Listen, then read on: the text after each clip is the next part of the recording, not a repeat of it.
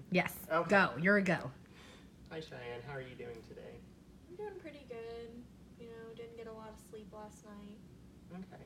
So before we begin, we want to start the session with just kind of grounding ourselves and feeling focused. And so what I like to do is start sessions with a little breathing exercise. Okay. So in the beginning, we're going to do it together, and we're going to inhale through our nose. And I want you to breathe all the way in, use your diaphragm, and pull that air all the way down. You should feel your belly extend. And you hold your breath for a couple seconds, and then you exhale through your mouth. So can you do that with me? Yes. Okay, let's do it together.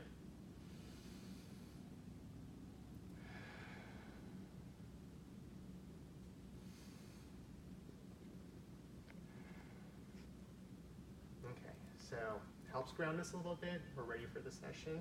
So you were saying that you didn't sleep very well. Tell me, you were supposed to journal about how often you were sleeping, how long you were sleeping each day. What happened? Well, like last week, I just felt like I couldn't get out of bed, but then this week it's just like I just have all this energy. I clean all the time, or I, like do stuff for the kids, like make their lunches days early and things like that, and I don't feel like I want to sleep. I'm not tired. So how long are you sleeping during those periods of high energy? Like 2 hours a night, maybe. And how often is that happening? It's just been a few days. It doesn't happen that often. Every few months, every 3 months. Okay, so during periods that you have that high energy and when you're not sleeping, how are you feeling? I mean, I prefer, to have the energy rather than want to just lay in bed all day. So, it's better than how I normally feel. Okay, so I realize it feels better than being tired all the time. How are you interacting with other people? What are your feelings towards your family, to your church, your friends? I mean, I don't go to church anymore because since I started dating Marie, they don't accept that. And my kids don't accept it. They like to stay with their dad because they blame me for the divorce, and it's just, I'd rather not even interact with people. Okay, well that's understandable. You had a lot going on. There's a lot of things that we're going to address over the next few weeks. But let's go back to how you're feeling with everything that's happened with the community and your family. I mean, I want to know the core emotion. I went to this church for years and years when I was married, and then, when I start going through a difficult time, it's like they're not there for me, and then my kids aren't there for me. They're just ungrateful. I do so much for them, but it's just all they want to talk about is their dad, and it just makes me feel like nobody loves me. Okay, so from what you're describing, it sounds like your support network that you expect to be there for you has kind of fallen apart. And so is there anyone in your life currently that you can rely on, that you feel? What about Marie? I mean, with Marie, we have a pretty good relationship. We've been together for 2 years now, but no one really supports it, so that's hard. And I just feel like every relationship I have ends, so I don't know. I try not to get too attached. Okay. Well, how does Marie feel, when you're not sleeping or when you are sleeping too much? Does her behavior change towards you? Yeah, I don't think she really, it's just get over it, get up, get out of bed, or go to sleep, it's just so easy. Okay. That is she getting angry with you? Talk to me a little bit about how. I think she does kind of get angry if it goes on for a long time. She just doesn't understand. To her, it's just I'm doing it to myself. Okay. It's frustrating, and it sounds like, from what you're describing, there's a lot of frustration on both sides. One of the things that I want you to try and do, and if you're open to it, not everyone is going to like doing this, is going to journal your feelings. So there's some easy apps that you can access on smartphones that you can basically just click a button and it describes your mood for that day. So it can be really convenient and discreet. What do you think about journaling your emotions like that? I can do that, I think. Okay. And so one of the things that I would like for you to do by the end of the day is to go ahead and find an app, a free app, because there's plenty of them out there, that you feel comfortable using, and for the next week, just trying to use it daily to record your feelings. Okay. Does that sound reasonable? Yeah. Okay. And so we'll go over your feelings on journaling during next section, but if you need help, I'll help you find one of those applications. So what are you doing to take care of yourself? Because you've described some distancing from your friends and your family, and a little bit of frustration with your partner. So what are you doing to take care of yourself? I mean, I like to walk the dog by myself. That kind of like relaxes me, gets me outside, but you know, I'm tired sometimes and I just don't, you know, I try to do that. Okay. So walking the dog is good because it's a little bit of exercise. We want to make sure that in order to help with your moods, we get into a routine. And so one of the things you may want to start doing is scheduling a time to walk the dog. You enjoy it, it's good for you, it's good for the dog, and it gets you onto a routine. How often do you think you can walk the dog?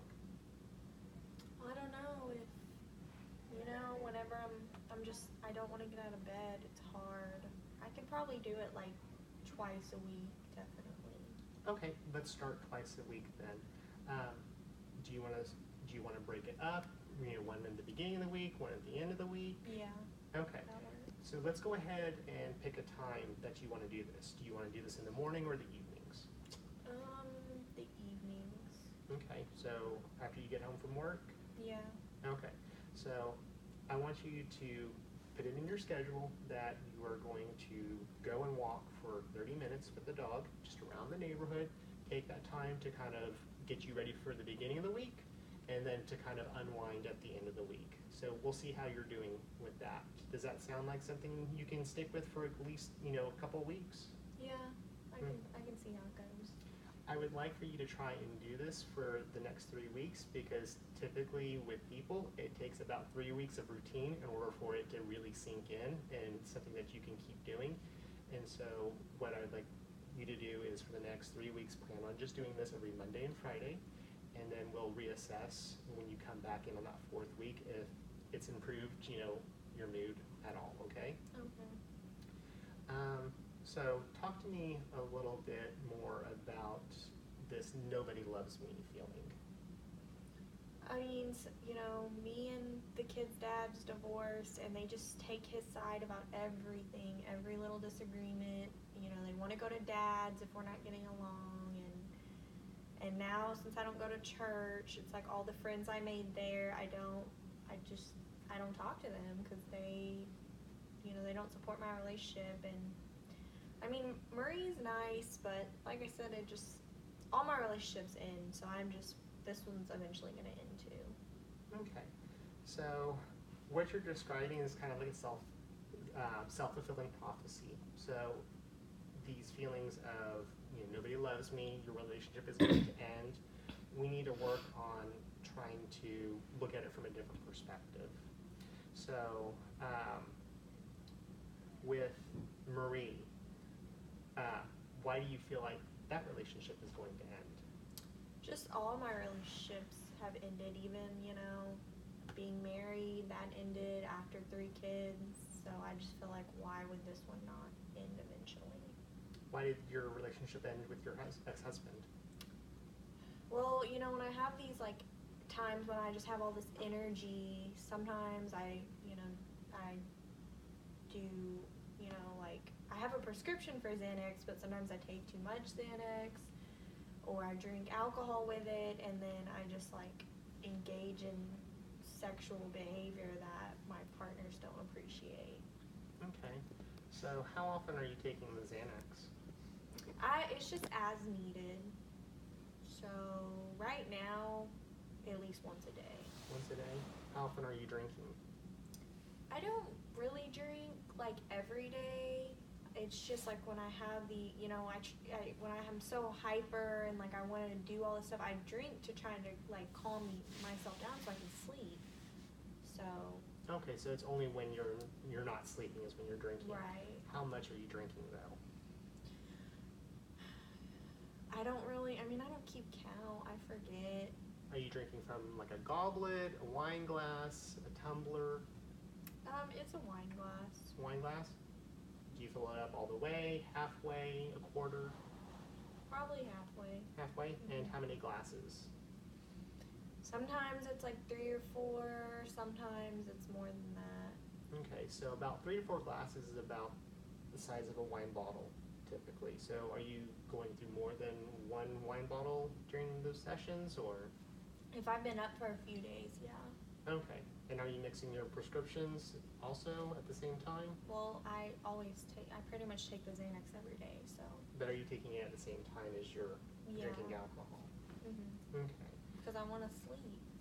I know you want to sleep, but you have to be careful when you're mixing the Xanax because it suppresses your breathing. And so by mixing alcohol plus the Xanax, especially if you're taking more than what you're supposed to, you could potentially stop breathing in your sleep.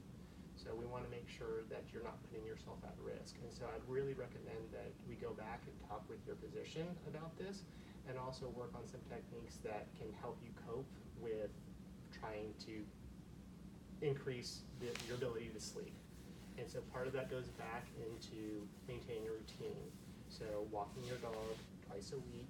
You need to try and go to bed at the same time every night. Doesn't matter if it's the weekend or the middle of the week. You need to pick a time that's going to work for you. Go to bed at the same time and wake up at the same time every morning. We need to make sure that we're doing a routine in order to keep you on a schedule so it becomes ingrained in your behavior. Does that make sense? Mm-hmm. So what time do you think would be reasonable for you to try and go to bed? Probably like 10. Okay. And what time would you want to wake up in the morning? Like 7 because I have to take the kids to school. Okay. So do you think you'd be able to go to bed at 10 o'clock Fridays and Saturdays? I can try. Okay. That's all I can do is ask that you try. And so for the next few weeks, I want you to try and schedule your sleep and your wake cycles to be the same, and to also schedule that pleasurable activity, walking your dog. And if you think of anything else that you want to do weekly, like any hobbies, anything that you enjoy, I want you to try and fit that in at the same time. Okay?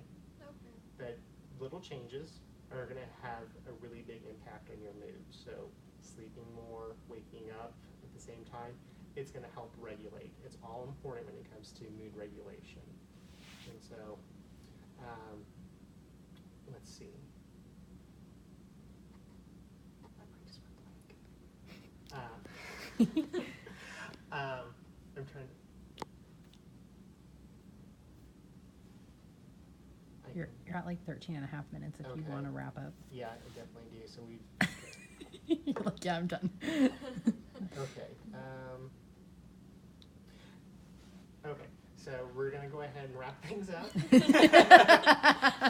And one of the things that I said that I want you to try and work on is just recording your feelings over the next week with your phone app. And then we'll just go through that each week, play it, we'll play it by ear and see how you feel about it. And if it doesn't work for you, it's not a problem. And so Okay. we'll find something that will work. It's just important for us to try and find how you're feeling each week and to gather more information.